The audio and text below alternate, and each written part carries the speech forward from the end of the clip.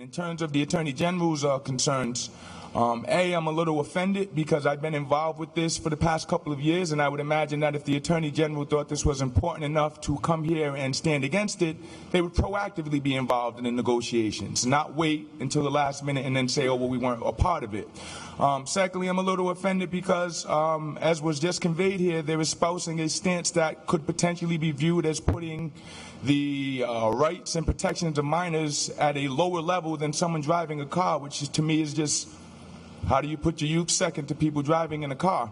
And secondly, I mean, all it's saying is that without probable cause, they can't ask a youth, which they can't do anyway.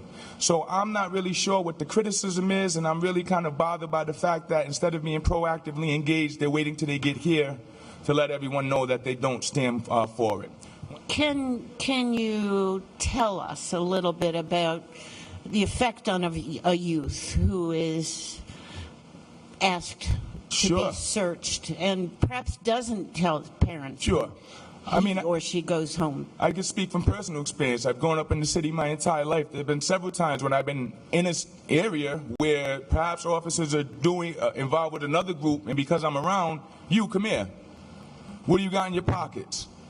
So of course I empty my pockets. I mean, I don't want to get caught up in anything, but I really don't know what's going on.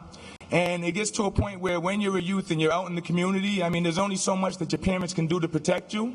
So you get to a point where, you know what, as long as I didn't get arrested or I didn't get hurt, it's fine, but it definitely breeds resentment towards law enforcement. And that was something I held with me well into my adult life until I realized that you can't hold everyone accountable for the actions of particular individuals, and that me being against law enforcement was not healthy for my community, and it wasn't very professional on my part either. So I can speak from personal experience, having experienced something like that, to say that it definitely does breed resentment towards law enforcement, which is not healthy at all, a youth growing into an adult.